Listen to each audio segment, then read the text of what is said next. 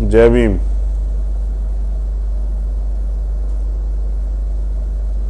जय भारत, जय संविधान, जय मंडल। और आज के लिए एक विशेष लाइव,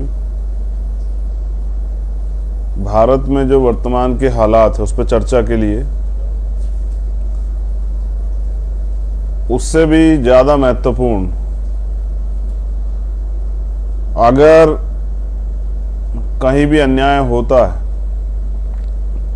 और आप अन्याय को देखते हैं तो हमारे संतों गुरुओं महापुरुषों ने कहा कि अन्याय करने वाले से अन्याय सहने वाला ज़्यादा दोषी होता है। अगर आपके आसपास भी अन्याय हो रहा है और आप उसको देख रहे हैं और उस पर देख के आप चुप हैं, तो यानी कि आप अन्याय का समर्थन कर रहे हैं, आप भी दोषी। साथियों, जय भीम। भारत में समय समय पर जन्मे सभी संतों गुरुओं महापुरुषों को नमन करते हुए, करुणा के सागर तथागत गौतम बुद्ध, संत शिरोमणि सतगुरु रविदास जी महाराज, भगवान वाल्मीकि महाराज, गुरु नानक देव, संत कबीर, गुरु घासीदास, इन संतों गुरुओं के बाद मैं बार बार संतों गुरुओं का जिक्र इसलिए करता हूं क्योंकि संत गुरु जो हैं रास्ता दिखाते हैं चलने का। अगर आपके पास गुरु नहीं तो रास्ता, मार्ग कौन सा आप जो है स्वीकार करोगे। और आपने अपने जीवन में जिनको आदर्श बनाया है वही आपके गुरु, तो उन्हीं के दिखाए रास्ते पे चलना है। पहले वो इस रास्ते पे चल के गए, उसके बाद अभी जिनकी जयंती हम लोगों ने मनाई 11 अप्रैल को, महात्मा ज्योतिबा फूले, एक ऐसा नाम जिन्होंने भारत का वास्तविक इतिहास, और उनकी एक बहुत महत्वपूर्ण किताब है गुलामगिरी।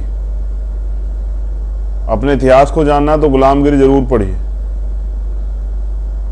जिन्होंने शिक्षा की जोत जलाई, महात्मा ज्योतिबा फूले, मां सावित्रीबाई फूले, मां फातिमा शेख, छत्रपति साहू जी महाराज, बाबा साहब डॉक्टर भीमराव अंबेडकर, पेरियर रामास्वामी नायकर, पेरेलल्ली यादव, महामना रामसु वर्मा, बाबू जगदेव प्रसाद कुशवाहा, जननायक कपूरी ठाकुर, मान्यवर दीना भाना वाल्मीकि साहब और मान्यवर साहब श्री काशीराम, बाबू जगजीवन राम। आप तमाम महापुरुष जिन्होंने शोषित और वंचितों की लड़ाई लड़ी, उनको आगे बढ़ाने का काम किया, मैं आप सबको नमन करते हुए और देश के वीर शहीदों को नमन करते हुए,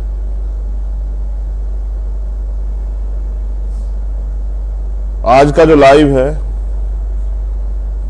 उसका विषय है कि भारत में जो एक वर्ग के खिलाफ जबरन साजिशन एक माहौल बनाया जा रहा है, उनका शोषण जबरन किया जा रहा है और कई जगह पे तो देखा गया कि उनको भड़काने का प्रयास किया जा रहा है। ये कोई ऐसी घटना नहीं जो सत्य घट गई हो। मेरा ऐसा मानना है कि ये आरएसएस और बीजेपी के लोगों की सोचे समझे चाल, जिसके जरिए वो देश में सांप्रदायिकता और हिंसा और दंगे को बढ़ावा देना चाहते हैं, इस देश में गृह युद्ध कराना चाहते हैं और उस देश के माहौल को खराब करना चाहते हैं। और हमेशा से आरएसएस के लोगों की ये सोच रही है कि इस देश में किसी भी तरह से भाईचारा ना बने। साथियों, मैं इंतजार कर रहा था कि भाई पूरे देश में हमारे मुस्लिम भाइयों ने जिन लोगों को नेता स्वीकार किया, बिना मांगे जिन लोगों को वोट दी, चाहे वो दिल्ली हो, चाहे वो बिहार हो, चाहे वो उत्तर प्रदेश हो, चाहे वो उत्तराखंड हो, अभी 5 राज्यों के चुनाव भी खत्म हुए हैं, चाहे वो पंजाब हो, जिनको जिस भी पार्टी को, संगठन को उन्होंने वोट दी, क्या वो लोग बोलेंगे? क्या वो लोग आज अन्याय को देख के, जुल्म जाति को देख के उनके साथ खड़े होने का काम करेंगे? लेकिन क्योंकि मेरा आपका वोट का रिश्ता नहीं है, जब हम बहुजन की बात करते हैं तो इस देश के SC ST OBC और माइनॉरिटी की बात करते हैं, और इस देश की माइनॉरिटी का बड़ा परिवार जिसको मुस्लिम कहते हैं वो आज शोषण का शिकार। और नेताओं को लगता है, मुझे कहने में कोई बुराई, नेताओं को लगता है जैसे आज वही हालात है जो CAA NPR NRC के समय थे। कौन खड़ा होगा पहले, कौन खड़ा होगा जिसको ऊपर आरोप लगाए जाएंगे? कोई खड़ा हो जाएगा तो उसके पीछे हम भी चुपचाप बोल जाएंगे। लेकिन मेरी आदत ही नहीं है, मैं वोटों का नफा नुकसान नहीं देखता हूं। लेकिन अगर कहीं अन्याय हो रहा है और आप उसका समर्थन करते हैं या उसके खिलाफ चुप हो जाते हैं तो आप अन्याय को बढ़ावा देते हैं, और ये हम होने नहीं देंगे। अगर इस देश के RSS और भारतीय जनता पार्टी को ये लगता है कि वो अन्याय करेंगे और हम चुपचाप बैठकर देखेंगे तो ऐसा नहीं चलेगा। जो मैंने पिछले कुछ दिनों में देखा, चाहे वो करौली राजस्थान में हुआ, और मैं ये भी बता दूं कि RSS के लोग हर पार्टी में, इसलिए वो उनके एजेंडे को लागू करवाने के लिए दूसरे दलों के जरिए भी काम कराते हैं। तो चाहे वो उसकी शुरुआत भले ही करौली राजस्थान से हुई, उसके बाद वो चाहे बिहार या यूपी या मध्य प्रदेश, जहां जहां उसकी आग गई हो, ये एक सोची समझी साजिश है। क्योंकि देश में महंगाई बढ़ रही है, बेरोजगारी बढ़ रही है, भ्रष्टाचार बढ़ रहा है, EVM के खिलाफ माहौल बना हुआ है, तमाम लोगों में गुस्सा है, नौजवान सवाल कर रहा है, सरकारी कंपनियां बेची जा रही हैं, जनता जागरूक हो रही है। बीजेपी RSS के लोग साजिशन हम लोगों को दंगों में और धर्म संप्रदाय की लड़ाई में झोंक देना चाहते हैं। आप ये भी नोटिस कीजिएगा, क्या बीजेपी के किसी बड़े नेता का बेटा भी इन यात्राओं में शामिल हो रहा है, या बस वही दलित पिछड़े और स्वर्ण जाति के भी वो लोग जो लोग मेहनत मजदूरी करते हैं उन्हीं को इस आंधी में झोंका जा रहा है? ये जो किया जा रहा है ये सब एक सोची समझी साजिश है, और नेताओं को लगता है कि अगर वो इस वर्ग की बात उठाएंगे तो उनका दूसरा वोट सरक जाएगा। और मैं समझता हूं वोट सरके या वोट रहे, लेकिन अगर अन्याय को आप देख रहे हैं और चुप हैं तो आप मानवता के विरोधी हैं। और हम मानवता के विरोधी नहीं, हमारे गुरुओं संतों महापुरुषों ने हमें मानवतावादी बनाया है। मैं ये भी नहीं कह रहा हूं कि अगर कोई दूसरा वर्ग भी अगर अन्याय कर रहा है, गलत कर रहा है, संविधान का हनन कर रहा है तो उसके खिलाफ भी कार्रवाई हो, कोई हो, चाहे किसी जाति मजहब धर्म का व्यक्ति हो। लेकिन अगर साजिशन किसी एक समाज को प्रताड़ित करने का काम किया जाएगा, उसके खिलाफ माहौल बनाने का काम किया जाएगा, उसके खिलाफ तमाम तरह के षड्यंत्र होंगे, तो अगर सरकार को लगता है कि सब चुप रहेंगे तो सब चुप रहे, चंद्रशेखर आजाद चुप नहीं रहेगा। मैं फिर आज वादा करता हूं, जैसे CAA NPR NRC में चाहे मुझे जेल भी जाना पड़ा था, चाहे लाठियां भी खानी पड़ी थी, अगर मुझे दोबारा से इस माहौल को सुधारने के लिए और भाईचारा बनाने के लिए दोबारा से भी इस लड़ाई में जेल जाना पड़ा तो मैं जेल जाऊंगा। लेकिन ये जो अन्याय हो रहा है इस पर मैं चुप नहीं रहूंगा। मैंने जो सीतापुर में देखा, उत्तर प्रदेश में कहते हैं राम राज्य और बुलडोजर चल जाता, लेकिन मैंने वहीं एक संत के कपड़े पहने एक व्यक्ति को जाहिलों से भी बुरी, जानवरों से बुरी बात करते देखा। हमारे महापुरुषों ने, हमारी माँ ने, हमारे परिवार ने हमें महिलाओं का सम्मान करना सिखाया, लेकिन वो एक जाहिल व्यक्ति, एक बेवकूफ व्यक्ति इस तरह की बातें कर रहा था। एक विशेष धर्म, मुझे कहते भी तकलीफ हो रही है, उस समाज की, उस धर्म की, उस महिलाओं को वो जिस तरह की टिप्पणी कर रहा था। मैं कहता हूं ये टिप्पणी तो किसी भी, चाहे वो कोई धर्म हो, चाहे वो जैन हो, सिख हो, मुस्लिम हो, पारसी हो, यहूदी हो, कोई हो, चाहे दुनिया का कोई धर्म हो, चाहे वो हिंदू हो, कोई हो, चाहे अगर उसकी बहन बेटियों के बारे में, उस धर्म की या किसी भी धर्म की बहन बेटी महिलाओं के बारे में बात कही जाती है और हम इस पे बैठ के तालियां बजाते हैं या सुनते हैं और चुप भी थाम के अपना मुंह इधर कर लेते हैं, तो ये हम उस गुलामी को, जो भविष्य में आने वाली गुलामी, उसको हम स्वीकार कर रहे हैं। बीजेपी का एक ही मकसद है कि लोग उसके खिलाफ जागरूक ना हो। जिस तरह का उनके खिलाफ माहौल बना हुआ है और वो लोग इस समय कटघरे में हैं, चाहे वो EVM को लेके हों, चाहे वो महंगाई को लेके हों, भ्रष्टाचार को लेके हों, बेरोजगारी को लेके हों, जिस तरह से कर्ज बढ़ रहा है, अभी डाटा जा रहा है 128 करोड़ का कर्ज। उसके अलावा जिस तरह किसानों की आमदनी खत्म होगी, आम आदमी की आमदनी खत्म होगी, लगातार महंगाई के दाम बढ़ रहे हैं, स्कूल के बच्चों की फीस बढ़ रही है, किताबों के रेट बढ़ रहे हैं, खाने पीने की चीजों के रेट बढ़ रहे हैं, पेट्रोल डीजल के दाम में आग लगी हुई है, बिजली के दाम बढ़ रहे हैं। उस तरह से जिस तरह जनता में आक्रोश है, किसी तरह से धर्म का नशा, धर्म की चटनी चटा के और वो जो जागरूक लोग हो रहे हैं उनको सिर्फ धर्म की आंधी में झोंक के और अपनी सत्ता चला ली जाए, ये बीजेपी के लोग सोच रहे हैं। और वो काफी हद तक सफल भी हो रहे हैं, क्योंकि नेताओं ने चुप्पी थाम ली है। अगर उनके खिलाफ कोई बोलता है तो बुलडोजर चल जाता है। तो बुलडोजर आप अभी देखिए, अभी आज एमएलसी चुनाव का रिजल्ट आया, 33 सीटें बीजेपी ने, 9 पहले, उसके बाद बाकी जिन पे चुनाव हुए, जो बाकी सीटें थी 9 से अलग, उन पे बीजेपी के लोगों ने मोस्टली सीटें जीती। बस 3 सीटें नहीं जीती, और वो तीनों सीटें निर्दलियों ने जीती। जहां बीजेपी के सामने विपक्ष के लोग नहीं टिपकाए, वहां निर्दलीय, वो निर्दलीय भी देखिए कि वो मुख्यमंत्री की जाति के लोग इसलिए जीते हैं। आप तीनों निर्दलियों को देख लीजिए, तीनों निर्दलीय, एक बीजेपी के बागी हैं, एक और दूसरे हैं, और एक और तीसरे हैं। वो तीनों लोग, वो तीनों मुख्यमंत्री की जाति के लोग हैं, इसलिए उनके ऊपर विशेष कर पाया, वो जीते हैं। बाकी वरना हमने और लोगों को चुनाव लड़ते देखा, कितनी गाड़ियां चेक होती थी, कितनी परेशानी खड़ी की जाती। ये जो सत्ता, पैसे से सत्ता और सत्ते से पैसे का निर्माण करके जो आम आदमी को झूठन राशन दे दे के जो है सत्ता में बने रहने का जो ख्वाब बीजेपी के लोग देख रहे हैं, और विपक्ष की, मैंने कई बार कहा कि हमें दूसरों को कोसने से ज्यादा दूसरों को के ऊपर देखना, अपने ऊपर देखना चाहिए। विपक्ष के लोग, सब लोग बनना चाहते हैं मुख्यमंत्री, प्रधानमंत्री, इसलिए बीजेपी वापस आई। कोई किसी का हिस्सा नहीं देना चाहता, और हिस्सा छोड़िए कोई किसी को सम्मान भी नहीं देना चाहता। इसका खामियाजा उत्तर प्रदेश को भुगतना पड़ा, और मैंने तो प्रयास किए थे बहुत सारे, लेकिन मैं आज इस लाइव के माध्यम से, क्योंकि मेन स्ट्रीम मीडिया तो हमारा नहीं है, हमारा मीडिया तो यही, बाद में हमारे बहुजन यूट्यूबर जो हैं, बहुजन साथी जो हैं, वो अपने चैनल्स के माध्यम से इसको चलाएंगे। मैं धन्यवाद देता हूं सभी बहुजन यूट्यूबर्स का कि वो कम से कम हमारी आवाज को दिखाते तो रहते हैं। बाकी कोसने के लिए तो लोग हमें ये आसानी से कह देते हैं कि भाई उनको तो मेन स्ट्रीम मीडिया बहुत दिखाता है। मेन स्ट्रीम मीडिया हमें तब दिखाता है जब उसको हमारी जरूरत होती है, जो चीज उसको दिखानी होती। लेकिन मैं बहुजन मीडिया का धन्यवाद करता हूँ, और धन्यवाद करता हूँ सोशल मीडिया की। इसके जरिए पूरे देश में मैं स्पेशली बहुजन समाज के लोगों से कहना चाहता हूँ कि आजादी के इतने दिन बाद भी आपका वास्तविक मुद्दा दब जाए, जनगणना जिसकी आप मांग कर रहे थे, कॉलेजियम सिस्टम जिसके खिलाफ आप लड़ना चाहते हैं, जिसके जहां आप दरवाजे अपने खोलना चाहते हैं कि हम भी वहां चले जाएं, ईवीएम जिसको आप हटाना चाहते हैं, ये जो तमाम जो महंगाई, बेरोजगारी, जो बड़े मुद्दे हैं, इन पे पर्दा गिर जाए, इसलिए बीजेपी ने ये खेल रचा है। और बीजेपी इसमें सफल हो रही है, क्योंकि हम उस खेल में बैठ के तमाशा देख रहे हैं। बीजेपी खेल रही है, और जो एक समाज है उसको प्रताड़ित किया जा रहा है। ये बीजेपी के लोगों का खेल, और हम सिर्फ तमाशबीन बने हुए नहीं।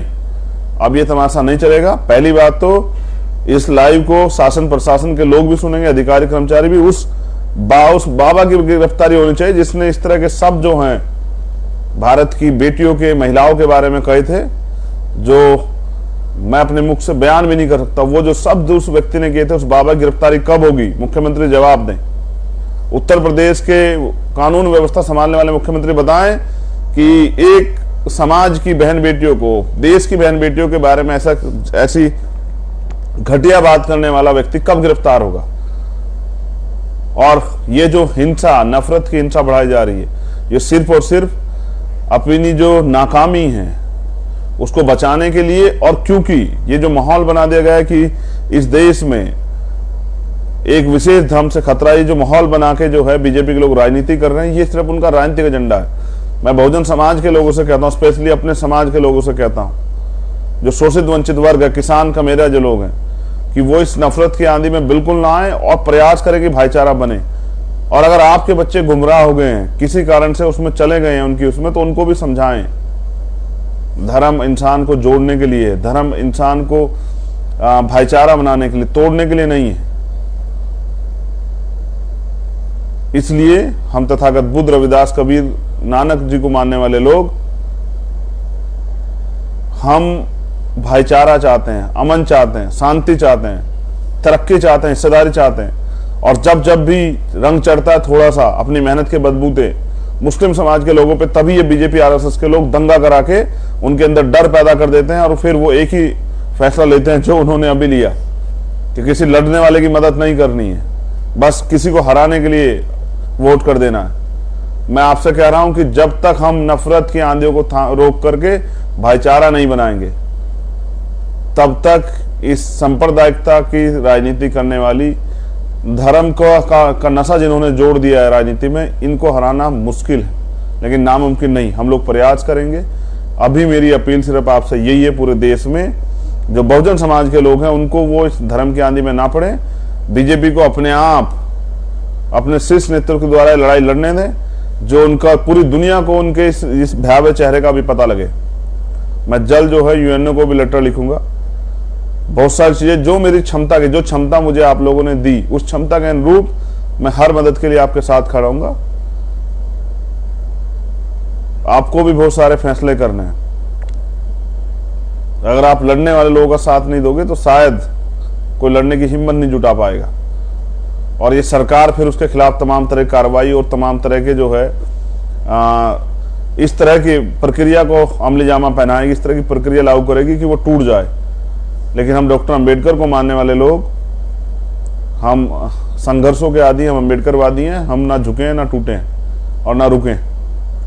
तो मेरा आप सबसे प्रार्थना कि आप परेशान ना हो, हम सब लोग आपके साथ हैं और हर अन्याय के खिलाफ जो है ना आप मिलके लड़ेंगे हम लोग। लेकिन ये जो अन्याय हो रहा है, आप देखिए, मैं सक्रिय होकर इस लड़ाई को लड़ूंगा। जो अभी किया जा रहा है, जानबूझ के जो षड्यंत्र किया जा रहा है, और तमाम राजनीतिक दल तमाशा देख रहे हैं बैठ के, उनको लगता है कोई आग शुरुआत करेगा तो फिर हम भी एक एक दो दो बात कह देंगे। और ऐसा ही हुआ था CAA NPR NRC में। मेरी गिरफ्तारी के बाद तब नेताओं को याद आई कि नहीं, ये बोलना पड़ेगा, कहीं ऐसा ना हो कि ये समाज चंद्रशेखर के साथ खड़ा हो जाए, उसके साथ खड़ा होकर उसको मदद कर दे। लेकिन मैं फिर कह रहा हूं, मेरी लड़ाई आपसे राजनीतिक नहीं, ना ही मेरे रिश्ते आपसे राजनीतिक हैं। आप इस देश के वासी हैं और इस देश में किसी को साथ में अन्याय होगा, किसी को भी सताया जाएगा तो चंद्रशेखर आपको खड़ा मिलेगा। मैं तमाम सरकारों से, चाहे वो किसी प्रदेश में कोई भी सरकार हो, मैं उन सबसे कहना चाहता हूं, इस अपनी अपनी जगह इस नफरत की आंधी को रोकिए। और अगर आप नहीं रोक सकते हैं तो फिर ये कुर्सियां खाली कीजिए। और अगर आप इसको जानबूझ के बढ़ावा दे रहे हैं तो मैं लिख के देता हूं कि जनता तैयार हो रही है। हमारा प्रयास है जल्दी जनता को तैयार करें, जो आपकी ये कुर्सियां वो उखाड़ें, जो आपने ये सांप्रदायिक तक कुर्सियां जमा, इनको उखाड़ें। ये जो अन्याय किया जा रहा है पूरे देश में, ये अन्याय अगर आज आप सोच रहे हैं कि खाली मुसलमानों के साथ हो रहा है, तो ऐसा नहीं। कल ये आपके साथ भी होगा, बुद्धिस्टों के साथ भी होगा, सिखों के साथ भी होगा, जैनों के साथ भी होगा, ये दलितों के साथ भी होगा, पिछड़ों के साथ भी होगा। क्योंकि बीजेपी की अंतिम इच्छा इस देश में मनु का जो विधान है, मनुस्मृति जो है, वो लागू करना। और ये संविधान खिलाफ है। संविधान खिलाफ कुछ भी होगा, क्योंकि संविधान सभी धर्मों को धार्मिक आजादी देता है। अगर संविधान के खिलाफ जाए कुछ भी किया जाएगा तो हम उसका विरोध करेंगे, वो कोई करे चाहे। आज आप जिस तरह का माहौल बना रहे हैं, ये सिर्फ और सिर्फ टारगेट पे दिखाया जा रहा है मुसलमान। लेकिन सच ये है कि इस देश में संविधान को खत्म करने का काम RSS बीजेपी के लोग करने की कोशिश कर रहे हैं। हम उसमें कभी उनको सफल नहीं होने देंगे। जब तक बाबा साहब अम्बेडकर के बच्चे हैं, तब तक बीजेपी ऐसे ख्वाब पालना बंद कर दे। हम अंतिम सांस तक इस लड़ाई को लड़ेंगे। मैं साथियों से कहूंगा कि वो घबराएं नहीं, संवैधानिक रूप से डट के इस लड़ाई को लड़ा जाएगा और सरकार को बताया जाएगा कि वो नफरत फैलाएंगे तो हम इस नफरत के खिलाफ संवैधानिक आंदोलन भी चलाएंगे और इस सरकार को मुंहतोड़ जवाब भी देंगे। बहुत बहुत धन्यवाद। जय भीम, जय भारत, जय मंडल, जय संविधान। मेरी आपसे अपील है कि नफरत को बढ़ावा मत दें, क्योंकि जब कोई माहौल खराब होगा, जो बीजेपी RSS के लोग करना चाह रहे हैं, उसमें किसी नेता को नुकसान नहीं पहुंचेगा, आम गरीब लोगों को नुकसान पहुंचेगा। सभी जाति धर्म के लोग होंगे वो। और हमेशा मैंने पहले भी कहा कि जब भी थोड़ा सा आगे बढ़े हैं बहुजन समाज के लोग, तभी बीजेपी RSS के लोगों ने षड्यंत्र करके उनको आर्थिक रूप से कमजोर करने का प्रयास किया। ये उसी की प्रक्रिया है कि ये लोग खड़े ना हो पाए अपने पैरों पे। बहुत ध्यानपूर्वक, समझदारी से अपने आंदोलन को आगे बढ़ाएं और कहीं जहां जहां इस तरह की घटनाएं हुई उन पे भी भीम आर्मी के लोग संज्ञान लेंगे, न्याय दिलाने का काम करेंगे। और ऐसी तमाम, जैसी बिहार की जो घटना थी, एक माहौल खराब करने का काम,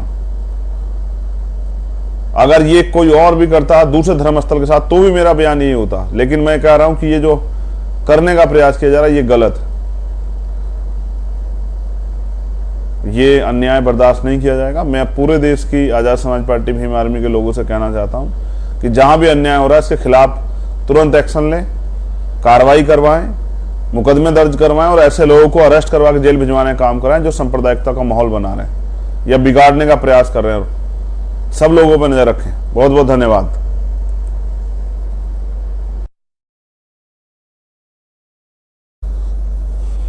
जय भीम।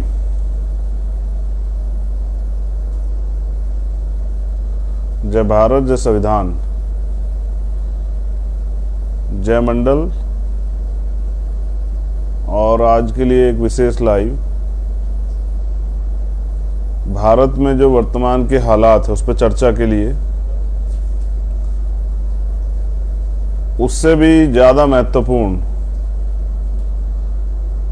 अगर कहीं भी अन्याय होता है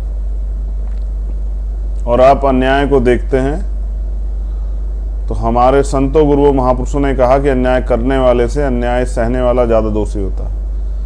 अगर आपके आसपास भी अन्याय हो रहा है और आप उसको देख रहे हैं और उस पर देख के आप चुप हैं, तो यानी कि आप अन्याय का समर्थन कर रहे हैं, आप भी दोषी। साथियों, जय भीम। भारत में समय समय पर जन्मे सभी संतों गुरुओं महापुरुषों को नमन करते हुए करुणा के सागर तथागत गौतम बुद्ध, संत श्रोमणी सतगुरु रविदास जी महाराज, भगवान वाल्मीकि महाराज, गुरु नानक देव, संत कबीर, गुरु घासीदास, इन संतों गुरुओं के बाद मैं बार बार संतों गुरुओं का जिक्र इसलिए करता हूं क्योंकि संत गुरु जो हैं रास्ता दिखाते हैं चलने का। अगर आपके पास गुरु नहीं तो रास्ता, मार्ग कौन सा आप जो है स्वीकार करोगे। और आपने अपने जीवन में जिनको आदर्श बनाया है वही आपके गुरु, तो उन्हीं के दिखाए रास्ते पे चलना है। पहले वो इस रास्ते पे चल के गए, उसके बाद अभी जिनकी जयंती हम लोगों ने मनाई 11 अप्रैल को, महात्मा ज्योतिबा फूले, एक ऐसा नाम जिन्होंने भारत का वास्तविक इतिहास, और उनकी एक बहुत महत्वपूर्ण किताब है गुलामगिरी। अपने इतिहास को जानना है तो गुलामगिरी जरूर पढ़िए। जिन्होंने शिक्षा की जोत जलाई, महात्मा ज्योतिबा फूले, मां सावित्रीबाई फूले, मां फातिमा शेख, छत्रपति साहू जी महाराज, बाबा साहब डॉक्टर भीमराव अंबेडकर, पेरियर रामास्वामी नायकर, पेरेलल्ली यादव, महामना रामसु वर्मा, बाबू जगदेव प्रसाद कुशवाहा, जननायक कपूरी ठाकुर, मान्यवर दीना भाना वाल्मीकि साहब और मान्यवर साहब श्री काशीराम, बाबू जगजीवन राम। आप तमाम महापुरुष जिन्होंने शोषित और वंचितों की लड़ाई लड़ी, उनको आगे बढ़ाने का काम किया, मैं आप सबको नमन करते हुए और देश के वीर शहीदों को नमन करते हुए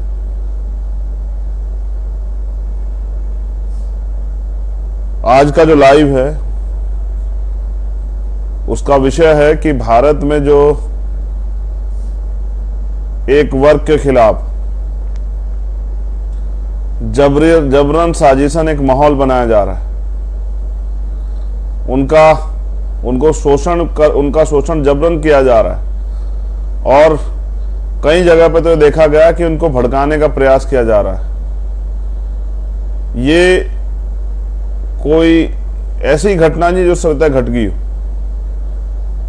मेरा ऐसा मानना है कि ये आरएसएस और बीजेपी के लोगों की सोची समझी चाल,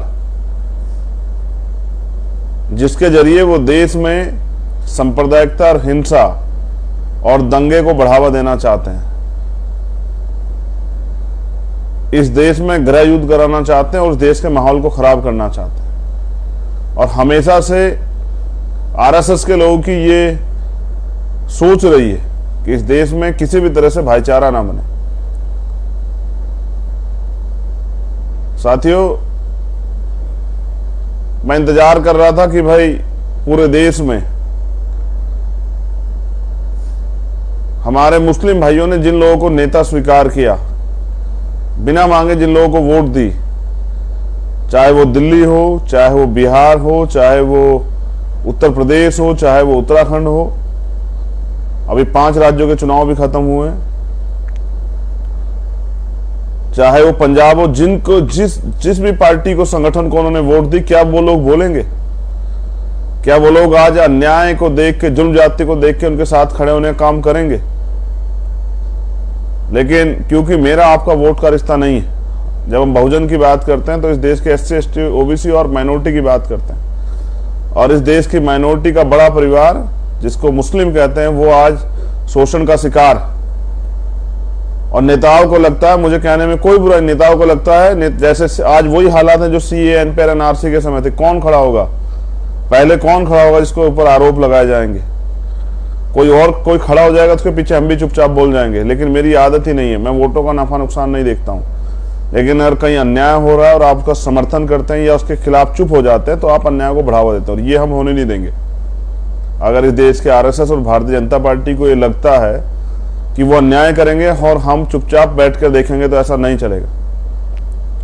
जो मैंने पिछले कुछ दिनों में देखा, चाहे वो करौली राजस्थान में हुआ, और मैं ये भी बता दूं कि RSS के लोग हर पार्टी में, इसलिए वो उनके एजेंडे को लागू करवाने के लिए दूसरे दलों के जरिए भी काम कराते हैं। तो चाहे वो उसकी शुरुआत भले ही करौली राजस्थान से हुई,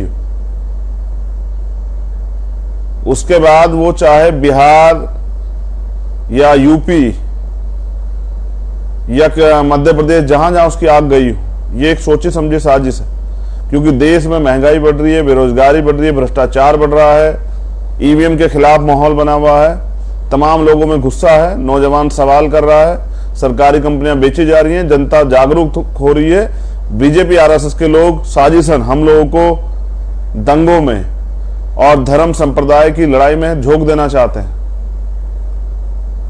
आप ये भी नोटिस कीजिएगा, क्या बीजेपी के किसी बड़े नेता का बेटा भी इन यात्राओं में शामिल हो रहा है, या बस वही दलित, पिछड़े और स्वर्ण जाति के भी वो लोग जो लोग मेहनत मजदूरी करते हैं, उन्हीं को इस आंधी में झोंका जा रहा है? ये जो किया जा रहा है ये सब एक सोची समझी साजिश है, और नेताओं को लगता है कि अगर वो इस वर्ग की बात उठाएंगे तो उनका दूसरा वोट सरक जाएगा। और मैं समझता हूं वोट सरके या वोट रहे, लेकिन अगर अन्याय को आप देख रहे हैं और चुप हैं तो आप मानवता के विरोधी हैं। और हम मानवता के विरोधी नहीं, हमारे गुरुओं, संतों, महापुरुषों ने हमें मानवतावादी बनाया है। मैं ये भी नहीं कह रहा हूं कि अगर कोई दूसरा वर्ग भी अगर अन्याय कर रहा है, गलत कर रहा है, संविधान का हनन कर रहा है, तो उसके खिलाफ भी कार्रवाई हो, कोई हो, चाहे किसी जाति, मजहब, धर्म का व्यक्ति हो। लेकिन अगर साजिशन किसी एक समाज को प्रताड़ित करने का काम किया जाएगा, उसके खिलाफ माहौल बनाने का काम किया जाएगा, उसके खिलाफ तमाम तरह के षड्यंत्र होंगे, तो अगर सरकार को लगता है कि सब चुप रहेंगे तो सब चुप रहे, चंद्रशेखर आजाद चुप नहीं रहेगा। मैं फिर आज वादा करता हूं, जैसे CAA NPR NRC में चाहे मुझे जेल भी जाना पड़ा था, चाहे लाठियां भी खानी पड़ी थी, अगर मुझे दोबारा से इस माहौल को सुधारने के लिए और भाईचारा बनाने के लिए दोबारा से भी इस लड़ाई में जेल जाना पड़ा तो मैं जेल जाऊंगा।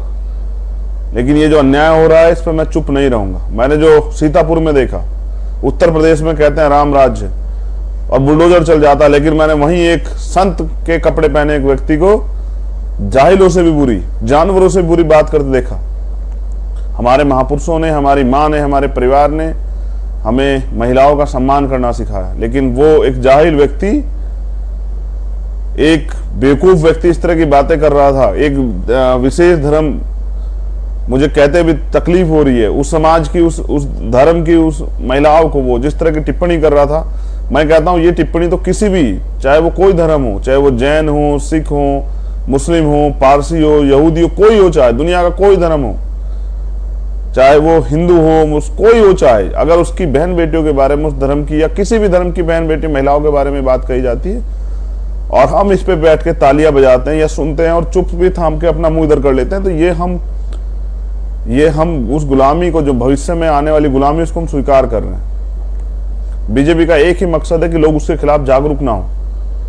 जिस तरह का उनके खिलाफ माहौल बना हुआ है और वो लोग इस समय कटघरे में हैं, चाहे वो EVM को लेके हों, चाहे वो महंगाई को लेके हों, भ्रष्टाचार को लेके हों, बेरोजगारी को लेके हों, जिस तरह से कर्ज बढ़ रहा है, अभी डाटा जा रहा है 128 करोड़ का कर्ज, उसके अलावा जिस तरह किसानों की आमदनी खत्म होगी, आम आदमी की आमदनी खत्म होगी, लगातार महंगाई के दाम बढ़ रहे हैं, स्कूल के बच्चों की फीस बढ़ रही है, किताबों के रेट बढ़ रहे हैं, खाने पीने की चीजों के रेट बढ़ रहे हैं, पेट्रोल डीजल के दाम में आग लगी हुई है, बिजली के दाम बढ़ रहे हैं। उस तरह से जिस तरह जनता में आक्रोश है, किसी तरह से धर्म का नशा, धर्म की चटनी चटा के, और वो जो जागरूक लोग हो रहे हैं उनको सिर्फ धर्म की आंधी में झोंक के और अपनी सत्ता चला ली जाए, ये बीजेपी के लोग सोच रहे हैं। और वो काफी हद तक सफल भी हो रहे हैं, क्योंकि नेताओं ने चुप्पी थाम ली है।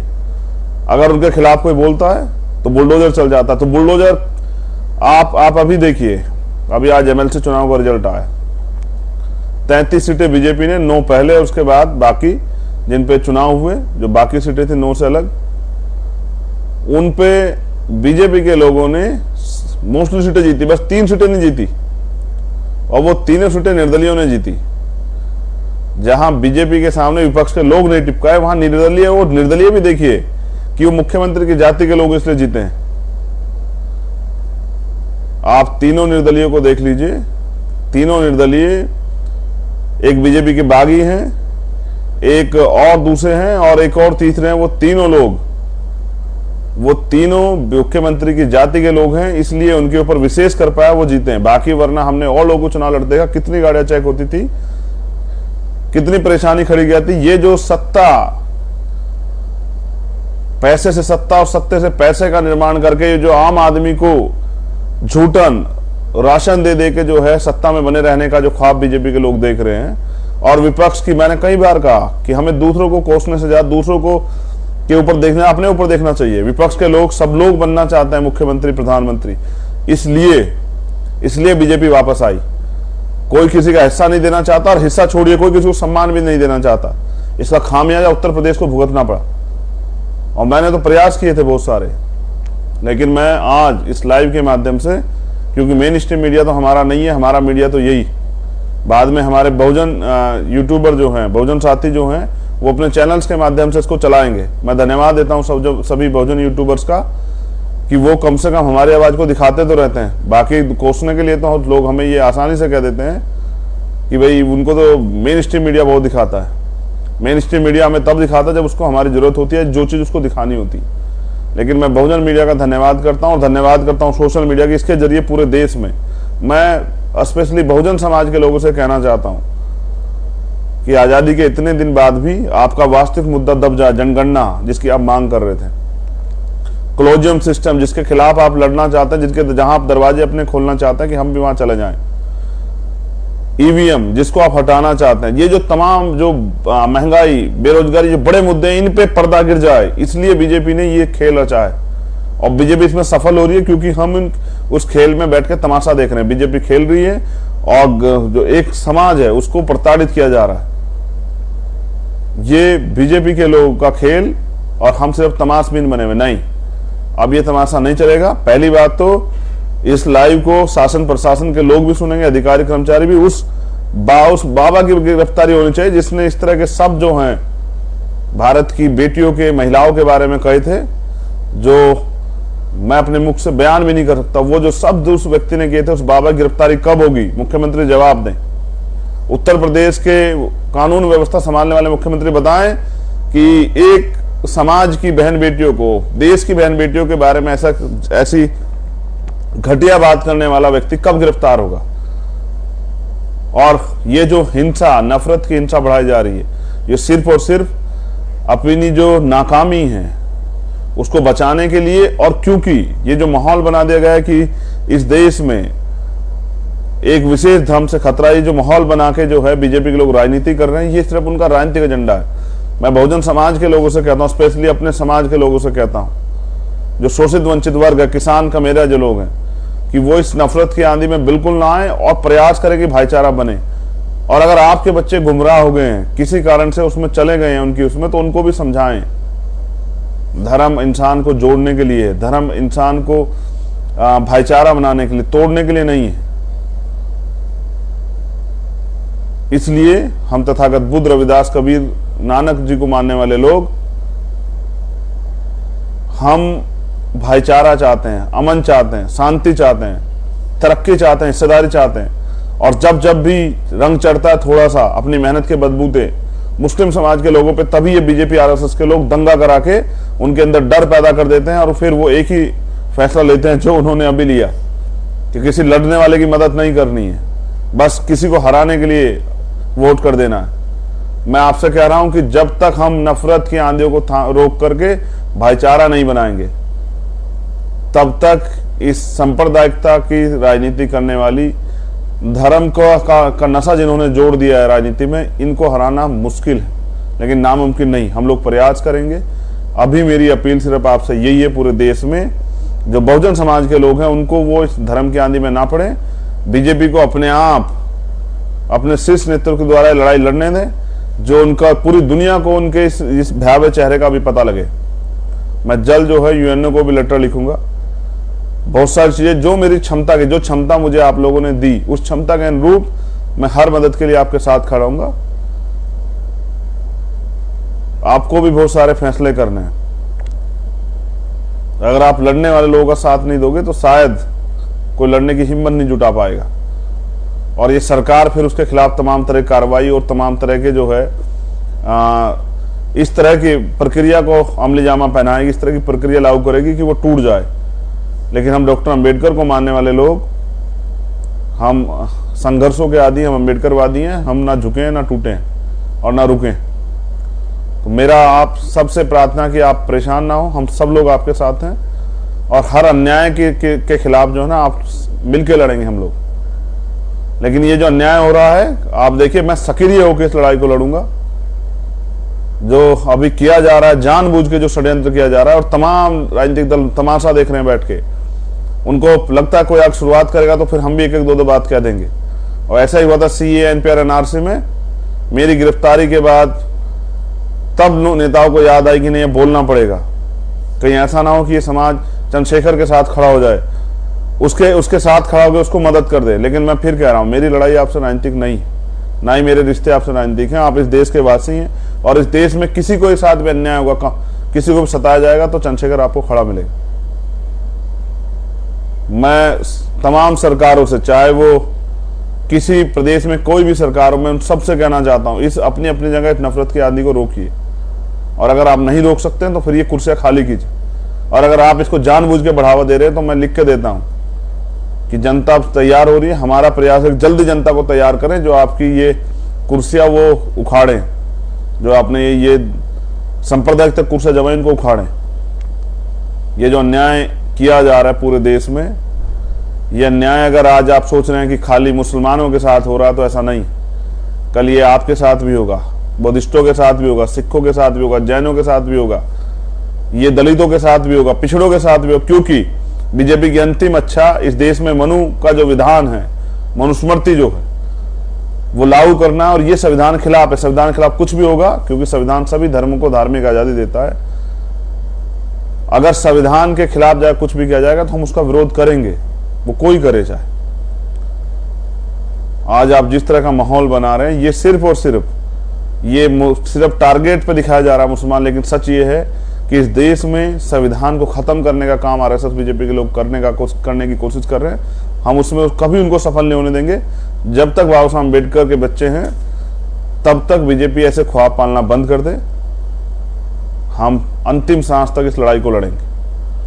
मैं साथियों से कहूंगा कि वो घबराएं नहीं, संवैधानिक रूप से डट के इस लड़ाई को लड़ा जाएगा, और सरकार को बताया जाएगा कि वो नफरत फैलाएंगे तो हम इस नफरत के खिलाफ संवैधानिक आंदोलन भी चलाएंगे, और इस सरकार को मुंहतोड़ जवाब भी देंगे। बहुत बहुत धन्यवाद। जय भीम, जय भारत, जय मंडल, जय संविधान। मेरी आपसे अपील है कि नफरत को बढ़ावा मत दें, क्योंकि जब कोई माहौल खराब होगा, जो बीजेपी आरएसएस के लोग करना चाह रहे हैं, उसमें किसी नेता को नुकसान नहीं पहुंचेगा, आम गरीब लोगों को नुकसान पहुंचेगा। सभी जाति धर्म के लोग होंगे वो। और हमेशा मैंने पहले भी कहा कि जब भी थोड़ा सा आगे बढ़े हैं बहुजन समाज के लोग, तभी बीजेपी आरएसएस के लोगों ने षड्यंत्र करके उनको आर्थिक रूप से कमजोर करने का प्रयास किया। ये उसी की प्रक्रिया है कि ये लोग खड़े ना हो पाए अपने पैरों पे। बहुत ध्यानपूर्वक, समझदारी से अपने आंदोलन को आगे बढ़ाएं, और कहीं जहां जहां इस तरह की घटनाएं हुई उन पे भी भीम आर्मी के लोग संज्ञान लेंगे, न्याय दिलाने का काम करेंगे। और ऐसी तमाम, जैसी बिहार की जो घटना थी, एक माहौल खराब करने का काम, अगर ये कोई और भी करता दूसरे धर्मस्थल के साथ तो भी मेरा बयान यही होता, लेकिन मैं कह रहा हूं कि ये जो करने का प्रयास किया जा रहा है ये गलत है। ये अन्याय बर्दाश्त नहीं किया जाएगा। मैं पूरे देश की आजाद समाज पार्टी भीम आर्मी के लोगों से कहना चाहता हूं कि जहां भी अन्याय हो रहा है इसके खिलाफ तुरंत एक्शन लें, कार्रवाई करवाएं, मुकदमे दर्ज करवाएं और ऐसे लोगों को अरेस्ट करवा के जेल भिजवाने का काम कराएं जो सांप्रदायिकता का माहौल बना रहे हैं या बिगाड़ने का प्रयास कर रहे हैं। सब लोगों पर नजर रखें। बहुत बहुत धन्यवाद।